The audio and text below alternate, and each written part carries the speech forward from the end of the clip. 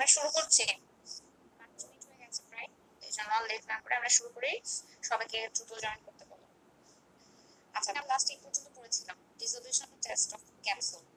ক্যাপসুলের কিছু quality control test করতেছিলাম, তাই না? ডিসইন্টিগ্রেশন টেস্ট করছি। আজকে আমরা পড়বো ডিসোলিউশন টেস্ট। তো ডিসোলিউশন টেস্ট এটা হচ্ছে এমন এক ধরনের কোয়ালিটি কন্ট্রোল টেস্ট যেখানে যে কোনো একটা ফার্মাসিউটিক্যালসের কত তাড়াতাড়ি রিলিজ হতে পারে এবং সেটা কত তাড়াতাড়ি আমাদের অ্যাক্টিভ যে ড্রাগটা সেটা লিকুইড মিডিয়ামে ডিসোলিউটেড হতে পারে, যেটা আসলে আমাদের ড্রাগের পারফরম্যান্স এবং বায়ো অ্যাভেইলেবিলিটিকে ইন্ডিকেট করবে। তার যে পরিমাপ করার জন্য মেজারমেন্টের জন্য আমরা যে টেস্টটা করে থাকি সেটাই হলো ডিসোলিউশন টেস্ট। ঠিক আছে? সো এটা তাহলে কিসের জন্য আমরা করি? অ্যাক্টিভ ড্রাগ কত দ্রুত ক্যাপসুল থেকে রিলিজ হয়ে সেটা আমাদের গ্যাস্ট্রিক ফ্লুইডে ডিসলভ হতে পারে, তাই তো? এই টেস্টটাই হচ্ছে ডিসোলিউশন টেস্ট। এখন এই টেস্টটা তাহলে মেইনলি আমরা করি ডিসোলিউশন বা ড্রাগের রিলিজ রেটটাকে নির্ণয় করার জন্য, প্রোডাক্টের কনসিস্টেন্সি এবং কোয়ালিটিটা এনশিওর করার জন্য, এবং সবথেকে বেশি ইম্পর্টেন্ট যেটা যে ড্রাগ আমাদের ইন ভিভো কিভাবে কাজ করবে, মানে আমাদের বডির ভিতরে যে এটা আসলে কিভাবে পারফর্ম করবে তার জন্য আমরা এটাকে প্রেডিক্ট করার জন্য এই ইন ভিভো টেস্টের একটা মিমিক্রি করি, সেটা হচ্ছে সেই ডিসোলিউশন টেস্ট। ঠিক আছে?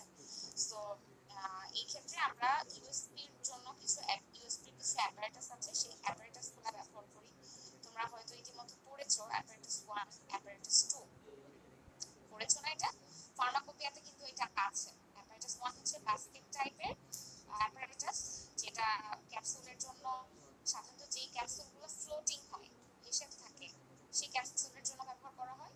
এবং অ্যাপারেটাস 2 এটা হচ্ছে প্যাটেল টাইপ, এটা ট্যাবলেট ক্যাপসুল যে কোনো ধরনের ডোজেস ফর্মের জন্য কিন্তু খুব কমনলি ব্যবহার করা হয়। ঠিক আছে? তো এখানে কি কি থাকে ডিসোলিউশন টেস্টটা করার সিস্টেম হলো, এখানে একটা মিডিয়াম থাকে।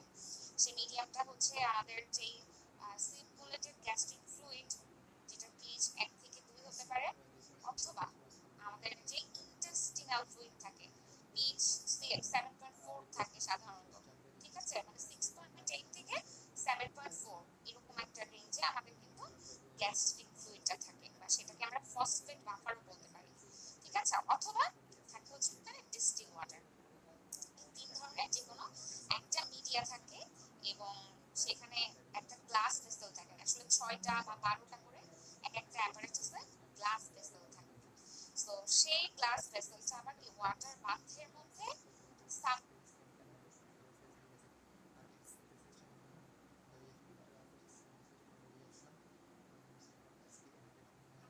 মানে নিমজ্জিত অবস্থায় থাকে, যেটা অনুযায়ী আমাদের এই টেম্পারেচারটা মেইনটেইন করা হয়। আচ্ছা, আর হচ্ছে কি ওখানে যেহেতু প্যাডেল থাকতেছে বা বাস্কেট থাকতেছে, সেই বাস্কেট বা প্যাডেলটা আসলে একটা মোটরের মাধ্যমে সবসময় রোটেট করতে থাকে। ঠিক আছে? সো এই রোটেশন স্পিডটাও ডিপেন্ড করে আমরা কোন মেথড ব্যবহার করতেছি, সেই মেথডে যেটা উল্লেখ করা থাকে সেটার উপর 50 থেকে 100 আরপিএম পর্যন্ত সাধারণত আমাদের এই মোটরের স্পিডটা থাকে, মানে রেভলিউশনটা থাকে। আর কিছুক্ষণ পর পর আমরা কি করি, স্যাম্পলটাকে উইথড্র করি 5 মিনিট পর 5 ml। সেই 5 ml কিন্তু আবার কি করতে হয়, যেই গ্যাস্ট্রিক মিডিয়ামে আমরা ব্যবহার করলাম সেই গ্যাস্ট্রিক মিডিয়ামে সেটাকে আবার ফুল ফিল করতে হয়। ঠিক আছে? যাতে পরিমাণটা সমান থাকে। 900 ml সাধারণত আমরা দিয়ে থাকি, অথবা 500 ml দিয়ে থাকি। সো 500 ml যাতে ঠিক থাকে সেই জন্য আমরা আবার 5 ml যখন উইথড্র করব সাথে সাথেই 5 ml মিডিয়া কিন্তু ওখানে প্লেস করে দিই। ঠিক আছে? তো স্পেসিফিক টাইম ইন্টারভ্যালে আমরা কি করি, বিভিন্ন পরিমাণের 5 ml বা 10 ml পরিমাণ স্যাম্পল উইথড্র করি এবং পরবর্তীতে সেটা ইউভি স্পেকট্রোফটোমেট্রি অথবা এইচপিএলসি এর মাধ্যমে আমরা অ্যানালাইসিস করে থাকি। আচ্ছা, তো আমরা কতদিন এই যে এই পর্যন্ত বোধহয় লাস্ট পড়লাম যে ডিসোলিউশন টেস্টিং এর যে রেজাল্টটা আমরা কিভাবে ইন্টারপ্রেট করব। তোমরা সবাই ডিসোলিউশন টেস্টটা পর্যন্ত অনেক ভালো লিখো, কিন্তু যখনই এই ইন্টারপ্রিটেশনে চলে যায়, ইন্টারপ্রিটেশনটা কেউ ঠিকঠাক মতো লিখতে পারে না। এটার কারণ আমার কাছে যেটা মনে হচ্ছে সেটা তোমরা বোঝো না, ঠিক কিনা? তো আমি এই জিনিসটা একটু বলি, খেয়াল করো, যদি না বুঝো তো আবার বলবা। তো এইখানে ইন্টারপ্রিটেশন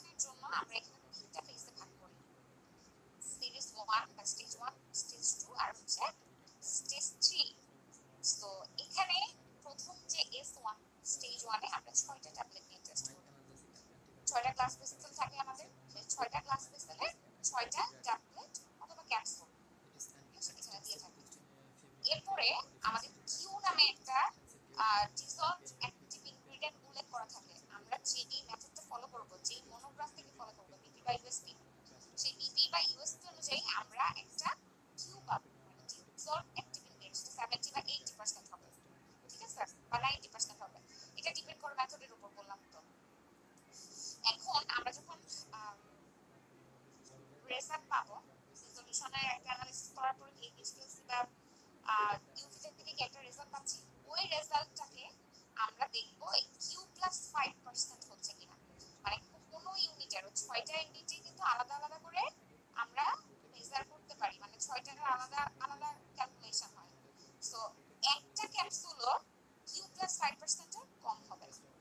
কিউ যদি 80 হয় তাহলে 85% এর নিচে যাবে না রেজলিউশন রেট, ঠিক আছে। কোন ট্যাবলেট যদি বা কোন ক্যাপসুল যদি এই 85% এর নিচে চলে যায়, সেই ক্ষেত্রে আমরা আবার স্টেজ 2 তে যাব। স্টেজ 2 মানে কি আরো 6টা ক্যাপসুলকে আমার রেজলিউশন করতে হবে। তাহলে টোটাল কয়টা হলো? 12টা হলো। এখন এই এভারেজ অফ 12 মানে আগের 6টা প্লাস এই 6টা, এই দুইটার যে এভারেজ সেটা ইকুয়াল অথবা গ্রেটার দ্যান কিউ হতে হবে। কিউ মানে কিন্তু 80। তাহলে এই 6টা ইউনিটের যে এভারেজ সেটা অবশ্যই কিউ এর সমান, মানে 80 অথবা 80 এর উপরে যেতে হবে। এবং আরেকটা ক্রাইটেরিয়া আছে, সেটা হচ্ছে এই 12টা ইউনিটের মধ্যে কোন ইউনিটই কিউ মাইনাস 15% এর নিচে যাবে না। তাহলে 80 মাইনাস 15, তাই তো, মানে 65% এর নিচে যদি কোনো ইউনিট চলে যায় তার মানে কিন্তু এটা ফেল। সেই ক্ষেত্রে আবার কি করতে হবে? সেই ক্ষেত্রে আবার আমার স্টেজ 3 তে যেতে হবে। তখন কি হলো? আগের 12টা প্লাস এই ক্ষেত্রে আমরা নিব আরো 12টা, টোটাল 24টা ক্যাপসুলের আমরা রেজলিউশন টেস্ট করব। এবং এই ক্ষেত্রে কি দেখব? যে এই যে তিনটা ইউনিটের যে এভারেজ সেইটা কিউ এর সমান বা কিউ এর থেকে বেশি, 80% এর সমান বা বেশি হবে। এবং এই যে 24টা ক্যাপসুল টোটাল, এই 24টা ক্যাপসুলের মধ্যে দুইটা ইউনিট কিউ মাইনাস 5 এর কম হবে না, এবং কোন ইউনিটই কিউ মাইনাস 25 এর কম হবে না। বুঝতে পারছো?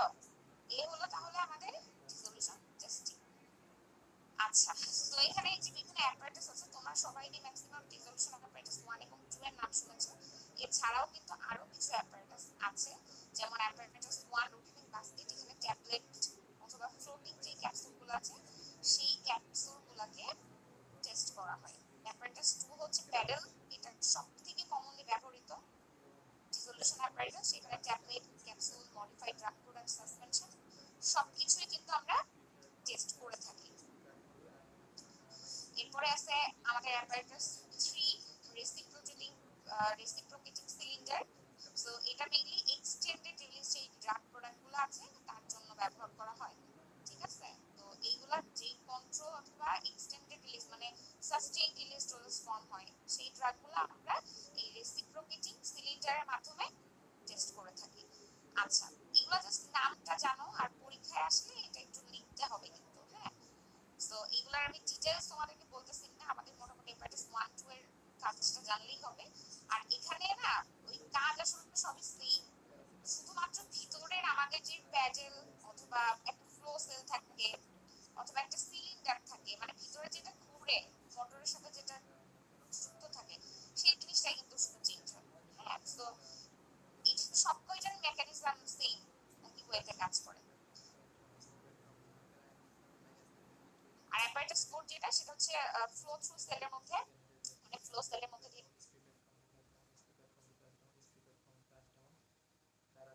ড্রাগগুলো আছে, হ্যাঁ, যেটা হচ্ছে তোমার ওয়াটার সলিড খুব কম, ওয়াটার সলিড খুব কম, আর সেই ড্রাগগুলোর জন্য আমরা এই অ্যাপারেটাস 4টা ব্যবহার করি। মেইনলি হচ্ছে যে ড্রাগগুলো খুব স্লোলি ডিসলভ করে সেই ড্রাগগুলোর জন্য ফ্লো সেল ব্যবহার করা হয়। আচ্ছা, আর এছাড়া অ্যাপারেটাস 5 আছে, সেটা ওই যে ট্রান্সডার্মাল যে প্যাচগুলো ব্যবহার করি আমরা, সেই ট্রান্সডার্মাল প্যাচের জন্য ব্যবহার করা হয়। এটা হলো আমাদের স্কিনে আমরা বিভিন্ন টাইপ যে সাধারণত ইনজেস্ট করি, যেটা 6 মাস বা 1 বছর বা 5 বছর পর্যন্ত দেখা গেছে যে ড্রাগ রিলিজ করতে থাকে, ঠিক আছে? তো এই টাইপের যে ট্রান্সডার্মাল যে প্যাচ, সেটা এই অ্যাপারেটাস 5 এর মাধ্যমে টেস্ট করা হয়। এটা হচ্ছে প্যাডেল ওভার ডিস্ক, মানে প্যাডেল ডিস্কের উপরে প্যাডেল দেওয়া থাকে। আর অ্যাপারেটাস 6 যেটা, এটা ওই তোমার ট্রান্সডার্মাল ড্রাগ প্রোডাক্টের জন্য, এটা হচ্ছে সিলিন্ডার টাইপ থাকে। তো এখানেও প্যাচ বা ট্রান্সডার্মাল যে সিস্টেম, সেগুলাই আমরা টেস্ট করে থাকি। অ্যাপারেটাস 7 এটা রেসিপ্রোকেটিং ডিস্ক, এটাও হচ্ছে তোমার একটা ড্রাগকে ডাইনামিক কন্ডিশনে কিভাবে ড্রাগ রিলিজ হয় সেই অবস্থাটা আসলে ক্রিয়েট করে, ডিস্কটা আপ এন্ড ডাউন করে, যার কারণে কিন্তু এখানে ট্রান্সডার্মাল প্রোডাক্টগুলোকে আমরা সাধারণত টেস্ট করে থাকি। আর এখানে কিছু নন ইউএসপি দুইটা অ্যাপারেটাস আছে, রোটেটিং বোটল, এটা হচ্ছে এক্সটেন্ডেড রিলিজ ড্রাগ প্রোডাক্টের জন্য, যেখানে হচ্ছে বোটলের মাধ্যমে হচ্ছে রোটেট করা হয়, ঠিক আছে? এখানে কোনো তোমার প্যাডেল বা বাস্কেট থাকে না, এক্ষেত্রে একটা বোতল থাকে। আচ্ছা, আর লাস্ট যেটা, সেটা হলো তোমার যে ফ্রান্স বা ডিফিউশন সেল, এটা হচ্ছে অয়েন্টমেন্ট, তারপর ক্রিম এবং ট্রান্সডার্মাল যে ড্রাগ প্রোডাক্ট আছে সেগুলোর জন্য আমরা ব্যবহার করে থাকি। তো অনেকেরই কিন্তু একটা ভুল ধারণা আছে যে শুধুমাত্র ট্যাবলেট বা ক্যাপসুল হলেই সম্ভবত ডিসলুশন টেস্ট করা হয়, কিন্তু ব্যাপারটা কিন্তু একদমই ভুল। এই ক্ষেত্রে আমরা ট্যাবলেট, ক্যাপসুল, অয়েন্টমেন্ট, তারপর সাসপেনশন, তারপর ট্রান্সডার্মাল প্যাচ, মডিফাইড রিলিজ প্রোডাক্ট, সব ধরনের প্রোডাক্টেই কিন্তু ডিসলুশন করা হয়। যে ড্রাগগুলো আমাদের বায়ো অ্যাভেইলেবল হবে, সোজা কথা, সেই ড্রাগগুলো কিন্তু ডিসলুশন করে থাকি আমরা। তো এই হলো একটা ডিসলুশন অ্যাপারেটাস বাস্কেট বা যে টাইপ 1 যে অ্যাপারেটাসটা, সেই অ্যাপারেটাসটা। তো এটা পরীক্ষায় আসলে অবশ্যই আঁকতে হবে। এখানে দেখো এই যে এই গ্লাস ক্রিস্টালের কথাই কিন্তু আমরা বলছি। আর এই হচ্ছে আমাদের সেই ইলেকট্রিক মোটর, যার সাথে একটা শ্যাফট থাকে, এই শ্যাফটের সাথে একটা প্যাডেল অথবা একটা বাস্কেট এখানে যুক্ত থাকে। আর বাস্কেটের মধ্যে যে আমাদের ট্যাবলেট বা ক্যাপসুল আমরা যেটা দিয়ে থাকি সেটাকে এর মধ্যে দেওয়া হয়, এবং এটা হচ্ছে আপ এন্ড ডাউন করে সবসময়, ঠিক আছে? আপ এন্ড ডাউন করে, অথবা এটা হচ্ছে সবসময় ঘুরতে থাকে, মানে হচ্ছে আরপিএম আমরা যত সেট করি সেই অনুযায়ী এটা হচ্ছে ঘুরতে থাকে। আর এখানে পিপেট থাকে, যে পিপেটের মাধ্যমে এখান থেকে আমরা যে স্যাম্পলটাকে উইথড্র করি। আর একটা থার্মোমিটার থাকে, থার্মোমিটারটা হচ্ছে পাশে তোমার ওয়াটার বাথের মধ্যে দেওয়া থাকে, যাতে টেম্পারেচারটা 37 সবসময় থাকে কিনা এটাকে মেইনটেইন করার জন্য। বাস এতটুকুই, একদমই সহজ একটা অ্যাপারেটাস। এটা আমরা ল্যাবে আসলে করব, সামনে তোমাদের করানো হবে। আচ্ছা, সবাইকে আমরা বুঝতে পারছি? জি ম্যাম। ওকে, এরপরে হচ্ছে ওয়েট ভ্যারিয়েশন টেস্ট। তো ওয়েট ভ্যারিয়েশন টেস্টটাও খুব কমনলি ব্যবহার করা হয়, কারণ কি আমরা যখন অ্যাসে করি, অ্যাসে করার সময় আসলে আমাদের প্রত্যেকটা ট্যাবলেট বলো বা ক্যাপসুল বলো, এগুলো কিন্তু এভারেজ ওয়েট লাগে। এভারেজ ওয়েটটা কিভাবে করা হয়? ট্যাবলেটের ক্ষেত্রে যেমন তোমরা 10টা ট্যাবলেট দিবা, 10টা ট্যাবলেট নিয়ে সেটার টোটাল ওয়েট বের করবা, দেন এটাকে এভারেজ করবা, মানে ভাগ করবা টোটাল সংখ্যা দিয়ে 10 দিয়ে। আর ক্যাপসুলের ক্ষেত্রে তো সেম জিনিসটা করা হয়, কিন্তু এই ক্ষেত্রে একটু ডিফারেন্ট হবে। সেটা হলো ক্যাপসুলের ক্ষেত্রে জিলেটিন শেল থাকে আর ভিতরে কিন্তু আমাদের পাউডার ম্যাটেরিয়াল থাকে, রাইট? তো এখানে আমাদের কন্টেন্ট হলো পাউডার ম্যাটেরিয়ালটা, এখানে ক্যাপসুল শেলের ওয়েটটা আমরা কখনোই মেজার করব না। তো সেই ক্ষেত্রে আমরা কি করি, প্রথমে প্রত্যেকটা যে ক্যাপসুল সেটা হচ্ছে ইন্ডিভিজুয়ালি আমরা ওয়েট করি, মানে প্রথমে শুধু ক্যাপসুলটাকে ওয়েট করা হয়।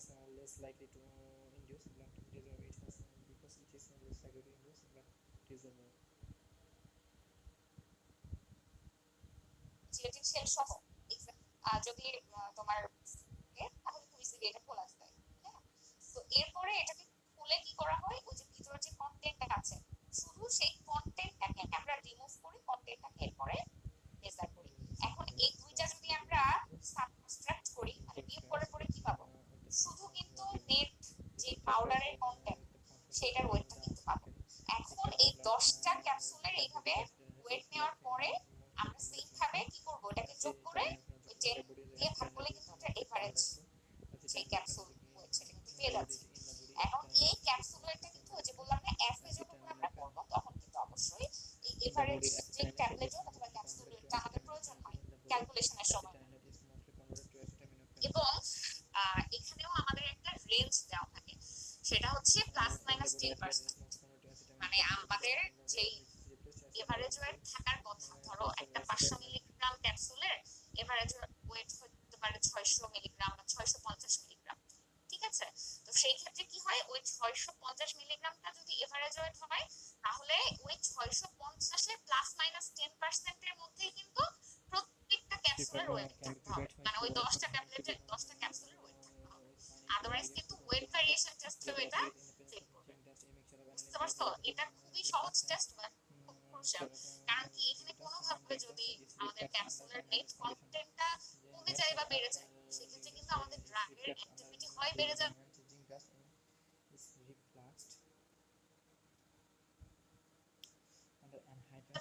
টক্সিসিটি দেখাতে পারে, আবার কমে গেলে কিন্তু। আচ্ছা, এরপরে আরেকটা টেস্ট করা হয়, সেটা হচ্ছে ময়েশ্চার পারমিয়েশন টেস্ট। তো ময়েশ্চার পারমিয়েশন টেস্টটা হলো সিঙ্গেল ইউনিট যে ডোজেস ফর্মগুলো আছে তার জন্য করা হয়, এবং এটা সাধারণত আমাদের ক্যাপসুলটা আমরা যেই প্যাকেজিং ম্যাটেরিয়ালে প্যাকেজিং করলাম সেই প্যাকেজিং ম্যাটেরিয়ালের কোয়ালিটি কেমন সেইটা অ্যাশিওর করার জন্যই আমরা এই ময়েশ্চার পারমিয়েশন টেস্ট করি। মানে এটা কি, ধরো যে স্ট্রিপ বা ব্লিস্টারের মধ্যে আমরা আমাদের ক্যাপসুলটাকে প্যাকেজিং করব, সেটা আসলে ময়েশ্চারকে পারমিয়েট করে কিনা, মানে ময়েশ্চারটাকে পারমিশন দিচ্ছে কিনা ঢোকার জন্য, অথবা ময়েশ্চারটা আসলে আনপারমিয়েবল কিনা, এই টেস্টটার মাধ্যমে আমরা এটা নির্ণয় করে থাকি। একদমই সহজ একটা টেস্ট। এখানে আমরা কি করি, এখানে একটা ডেসিকেন্ট পিলেট দিই। বুঝতে পারছো, ডেসিকেন্ট পিলেট মানে তো তোমরা নিশ্চয় জানো, ওই যে ধরো সিলিকা জেল, এটা কিন্তু এক ধরনের ডেসিকেন্ট।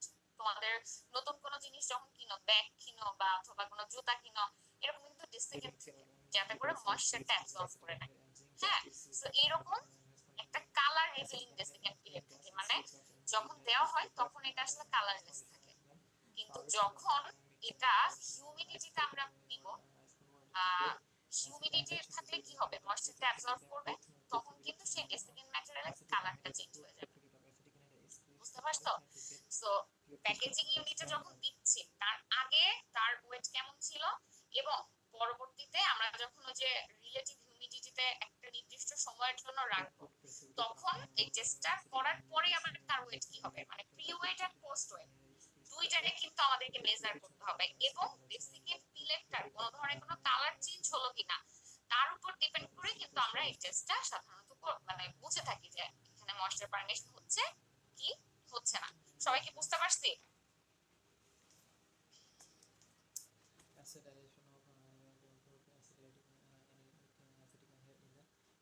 আমরা কি সবাই বুঝতে পারছি? সবাই আছো আমার সাথে? জি ম্যাম। শিয়াব ছাড়া আর কাউকে পাচ্ছি না। অর্ক, তুমি কি আছো? জি ম্যাম। ওকে, মাহফুজ কি অবস্থা তোমার? কোনো সারা শব্দ পাই না ক্লাসে।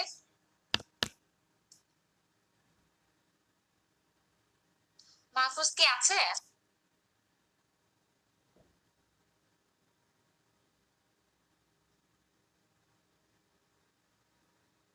মাহফুজ নাই, তাই তো? পর্ণা কোথায়? পর্ণা আছো?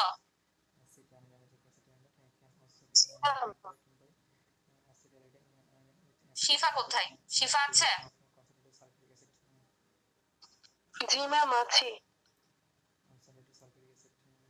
ওকে ফাইন, ঠিক আছে, তাহলে আমরা একটু আবার ক্লাসে ফেরত আসি। সেটা হলো প্যাকেজিং অফ ক্যাপসুল। আচ্ছা, ক্যাপসুলের প্যাকেজিং এটা খুবই সহজ ব্যাপার আসলে। এখানে হার্ড জেলাটিন ক্যাপসুল গুলো রিটেল প্যাকেজিং করা হয়, যেটা হচ্ছে মডার্ন যে প্যাকেজিং ইকুইপমেন্ট গুলো আছে, সেই মডার্ন প্যাকেজিং ইকুইপমেন্টের মাধ্যমে এটাকে আমরা কি করে থাকি, প্যাকেজিং করে থাকি, এবং ক্যাপসুল গুলো সাধারণত গ্লাস অথবা প্লাস্টিক কন্টেইনারে আমরা প্যাকেজিং করি, কিন্তু কোনো কোনো ক্ষেত্রে আমরা স্ট্রিপ প্যাকেজিং করে থাকি। ঠিক আছে, তাহলে এখানে কিন্তু তিন টাইপের ম্যাটেরিয়াল, একটা হচ্ছে গ্লাস, তারপর গ্লাস মানেও কিন্তু গ্লাসের অনেকগুলো টাইপ আছে তোমরা জানো, এখানে নন প্যারেন্টাল গ্লাস গুলাকে ব্যবহার করা হয়। সো গ্লাস অথবা প্লাস্টিক কন্টেইনারে আমরা প্যাকেজিং করি, এবং কিছু ক্ষেত্রে স্ট্রিপ প্যাকেজিং করা হয়। এবং এই ধরনের প্যাকেজিং এ অবশ্যই টাইট ক্লোজার, এবং যেই প্লাস্টিকের লো ময়েশ্চার ভ্যাপার ট্রান্সফারেট, আমরা সেই ধরনের প্লাস্টিক ব্যবহার করব, মানে যারা হচ্ছে ময়েশ্চার ভ্যাপারটাকে ট্রান্সফার করতে দেয় না, এই ধরনের প্লাস্টিক ম্যাটেরিয়াল আমরা ব্যবহার করব। আচ্ছা, এখন এক্সপোর্ট প্যাকিং। এক্সপোর্ট প্যাকিং সম্পর্কে একটু আমরা জানি, এই জিনিসটা একটু ডিফারেন্ট। হ্যাঁ, সেটা হলো আমরা যখন ক্যাপসুলকে বাইরে এক্সপোর্ট করতে চাচ্ছি তখন তো আসলে অনেক সময়ের ব্যাপার, বাট জিলেটিন এটা কিন্তু খুবই ময়েশ্চার সেন্সিটিভ একটা ম্যাটেরিয়াল, তাই না? হ্যাঁ, এটা টেম্পারেচার বেশি হলে গলে যাবে, আবার একটু ময়েশ্চার পেলেও কিন্তু এটা গলে যাবে। সো তোমার প্রোডাক্টটা কিন্তু লস, ঠিক না? সো এই ক্ষেত্রে কোনো ধরনের কোনো যাতে ফ্লাকচুয়েশন না হয়, মানে টেম্পারেচার হিউমিডিটি যাই সিভিয়ার হোক না কেন, যাতে আমাদের ক্যাপসুলের কোয়ালিটিতে কোনো ফ্লাকচুয়েশন না হয়, এই জন্য আমরা এটাকে কয়েকটা লেয়ারে প্যাকেজিং করি। যেমন প্রথমে এটা একটা পলি ব্যাগে দেওয়া হয়, ঠিক আছে? মানে প্রাইমারি প্যাকেজিং এর পরে, সেকেন্ডারি টারশিয়ারি প্যাকেজিং এর পরে এটাকে আমরা কই দিব, একটা পলি ব্যাগে দিব। এরপরে ওই ব্যাগটা কোথায় রাখা হয়? অ্যালুমিনিয়াম ফয়েল কো এক্সট্রুডেড ব্যাগ। কো এক্সট্রুশন জিনিসটা কি? এটা হলো একটা ম্যানুফ্যাকচারিং প্রসেস যেখানে মাল্টিপল লেয়ারে আমরা ডিফারেন্ট ম্যাটেরিয়াল একসাথে ফিউজ করি, একটা সিঙ্গেল ফিল্ম তৈরি করা হয়, ঠিক আছে? একটা সিঙ্গেল ফিল্ম তৈরি করা হয়, কিন্তু ওই সিঙ্গেল ফিল্মের মধ্যে মাল্টি লেয়ার থাকে এবং প্রত্যেকটা লেয়ারে কিন্তু স্পেসিফিক ফাংশন আছে। বুঝতে পারছো? যেমন আমি তোমাদেরকে একটা যদি উদাহরণ দেই, ধরো তিনটা লেয়ার আছে, একটা মাত্র ফিল্ম দেখা যাচ্ছে, বাট ওটার ভিতরে আসলে তিনটা ফিল্ম। যেমন আউটার যে মানে তিনটা লেয়ার, আউটার যে লেয়ার সেখানে ধরো পলিয়েস্টার আছে, আবার মিডল যে লেয়ার সেখানে অ্যালুমিনিয়াম ফয়েল আছে, আর ইনার যে লেয়ার সেখানে ধরো পলিইথিলিন আছে। মানে তিনটা লেয়ারে তিন ধরনের ম্যাটেরিয়াল, কিন্তু এদেরকে ফিউজ করে একসাথে একটা ফিল্ম তৈরি করা হয়েছে। এই প্রসেসটাকে বলা হয় কো এক্সট্রুশন। হ্যাঁ, সো এখানে আমরা ওই যে পলি ব্যাগটাকে আবার বাইরে কি করি, অ্যালুমিনিয়াম ফয়েল কো এক্সট্রুডেড ব্যাগের মধ্যে আবার জিনিসটাকে আমরা প্যাকেজিং করি, ঠিক আছে? এটা শেষ হয় নাই। এই কো এক্সট্রুডেড ব্যাগ এগুলা ময়েশ্চার ব্যারিয়ার হিসেবে কাজ করে, এটা অক্সিজেনকে ব্যারিয়ার হিসেবে, অক্সিজেনের জন্য কিন্তু ব্যারিয়ার হিসেবে কাজ করে, ঠিক আছে? আবার আমাদের যে ম্যাটেরিয়াল সেইটারও কিন্তু শেলফ লাইফটাকে এক্সটেন্ড করতে সাহায্য করে। ওকে, এখন এই অ্যালুমিনিয়াম ফয়েলের যে কোএক্সট্রুডেড ব্যাগ, এইটার পরেও এটাকে আবার আরেকটা ইনসুলেটেড বক্সে রাখা হয়, যে ইনসুলেটেড বক্সের ভিতরটা আসলে থার্মোকল বা স্টাইরোফোম নামে এক ধরনের প্যাকেজিং ম্যাটেরিয়াল দিয়ে ইনসুলেটেড অবস্থা। ধরো একটা সাদা ফোমের মতো একটা ম্যাটেরিয়াল, ঠিক আছে, যেটা মেইনলি আমরা প্যাকেজিং বা ইনসুলেশন